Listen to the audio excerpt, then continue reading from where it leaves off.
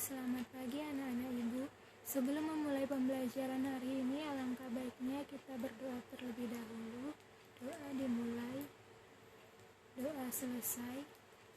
Pada hari ini kita akan belajar mengenai tata cara membuat daftar riwayat hidup dalam surat lamaran kerja.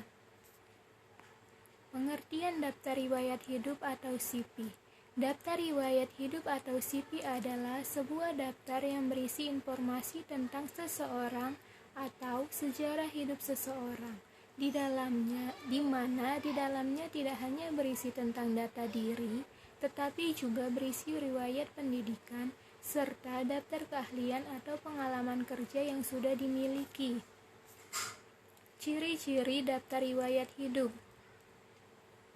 1. Memakai bahasa yang formal dan sesuai EYD. 2. Berisi informasi diri yang sesuai dengan pekerjaan yang dilamar. 3. Memakai desain yang menarik namun tidak berlebihan. 4. Rapi. Bagian-bagian daftar riwayat hidup. 1. Informasi pribadi. Bagian pertama dari riwayat hidup yang perlu dimasukkan ialah data pribadi. Dengan memberikan informasi pribadi yang lengkap, rekrut tak kesulitan menemukan kontak guna menghubungi Anda. 2. Deskripsi diri. Deskripsi diri menjadi bagian penting dalam mempromosikan diri kamu. Kamu bisa menulis 3 atau 4 kalimat pendek yang bisa membuat rekrut memilih kamu. 3. Pendidikan dan pelatihan. Bagian selanjutnya adalah pendidikan dan pelatihan, yang mana pemegang riwayat hidup mengambil bagian. Tuliskan pelatihan formal dan non-formal yang sudah selesai. 4. Pengalaman. Pengalaman profesional dari posisi yang baru diisi. 5. Keahlian tambahan. Keahlian tambahan bisa diisi dengan keterampilan yang ada. Contohnya menguasai bahasa asing atau keterampilan komputer. 6. Kinerja. Bagian selanjutnya adalah pencapaian. 7. Referensi. Bila kalian memiliki pengalaman kerja, tentu saja referensi dimasukkan dalam riwayat. Referensi harus diisi oleh setidaknya 2 orang yang kalian kenal baik. Tujuan daftar riwayat hidup. 1. Untuk memberitahu atasan mengenai perincian pribadi kamu, contohnya pendidikan, pengalaman kerja, keterampilan, dan minat. 2. Untuk mendapatkan wawancara untuk pekerjaan tertentu yang sudah kamu lamar. 3. Untuk menunjukkan bagaimana kamu memenuhi kriteria untuk pekerjaan yang kamu lamar. 4. Untuk menunjukkan kualitas diri kamu serta meyakinkan atasan untuk mengundang kamu untuk wawancara. 5. Untuk keperluan posisi akademik, karya ilmiah, penelitian, atau medis.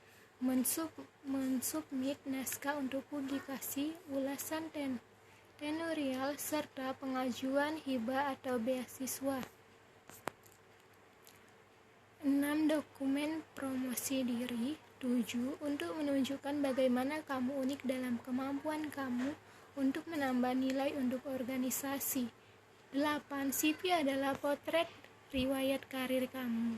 Ini dipakai untuk mengevaluasi kesesuaian kamu untuk peran spesifik yang sudah kamu lamar. Cara membuat daftar riwayat hidup. Pertama, menulis data diri. Mulailah menulis daftar riwayat hidup atau CV dengan data diri kamu yang biasanya meliputi nama lengkap, tempat dan tanggal lahir, alamat, status pernikahan, agama, nomor handphone atau telepon, alamat email. Data diri tersebut masih bisa kamu tambahkan dengan informasi lain yang kamu rasa perlu diketahui, misalnya tinggi badan dan berat badan atau alamat asal serta alamat domisili. Yang kedua, sebutkan riwayat pendidikan. Setelah kamu selesai dengan data diri, selanjutnya kamu sebutkan riwayat pendidikan formal kamu. Ada baiknya juga jika kamu mencantumkan masa atau tahun tempuh tiap jenjang pendidikan kamu untuk riwayat pendidikan. Kamu bisa memperhatikan cara penulisan di bawah ini. 1. Tulislah jenjang pendidikan terendah sampai tinggi. Jika subjudul yang kamu tulis adalah riwayat pendidikan, maka kamu harus menulis mulai dari jenjang yang lebih rendah atau tingkat dasar hingga jenjang yang lebih tinggi. Karena bagaimanapun kata riwayat memiliki pengertian kronologi ataupun peristiwa tahapan-tahapan. Yang kedua, tulislah jenjang pendidikan tertinggi sampai terendah. Pastikan bedakan penulisan riwayat pendidikan dan hanya pendidikan. Nah, jika subjudul yang kamu tulis hanya pendidikan saja, maka kamu bisa menulisnya secara terbalik dari tingkat yang paling tinggi terlebih dahulu, baru kemudian ke tingkat yang paling rendah. Kemudian, tulislah pendidikan non-formal. Jika kamu pernah menempuh pendidikan non-formal seperti mengikuti kursus atau pernah belajar di pesantren, sebaiknya kamu cantumkan juga berikut tahunnya. Pendidikan non-formal semacam ini sebaiknya kamu tuliskan setelah pendidikan formal, jangan dibalik. Selanjutnya, berikan pengalaman organisasi. Bila kamu pernah memiliki pengalaman organisasi, jelaskan organisasi apa yang pernah kamu ikuti berikut masa jabatannya. Namun, jika kamu belum pernah ikut organisasi, kamu bisa melewatkan bagian ini. Cantumkan prestasi di CV. Prestasi yang pernah kamu raih juga bisa kamu cantumkan dalam data riwayat hidup atau CV. Namun, sebaiknya kamu pilih prestasi yang berkaitan dengan pekerjaan yang kamu lamar berikut tahunnya. Kemampuan yang dimiliki. Ungkapkan pula kemampuan-kemampuan yang kamu miliki, misalnya kemampuan blogging, internet, atau lainnya. Posisi. Nah, jika sebelumnya kamu sudah pernah bekerja, kamu bisa sekalian menyebutkannya sekaligus posisi yang sudah pernah kamu tempati berikut masa jabatannya. Tetapi, jika pekerjaan yang hendak kamu lamar ini adalah yang pertama kali untuk kamu bisa melewatkannya atau bisa diisi dengan fresh graduate.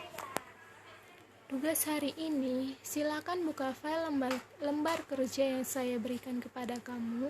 Di dalam file tersebut berisi tugas yang harus kamu kerjakan. Kerjakan tugasnya dalam file lembar kerja tersebut, kemudian file tersebut kirim kepada saya melalui WhatsApp dalam bentuk Word. Sekian pembelajaran kita hari ini, lebih dan kurang saya mohon maaf. Wabillahi taufiq wal hidayah. Assalamualaikum warahmatullahi wabarakatuh. Jika ada pertanyaan bisa ditanyakan secara pribadi melalui WhatsApp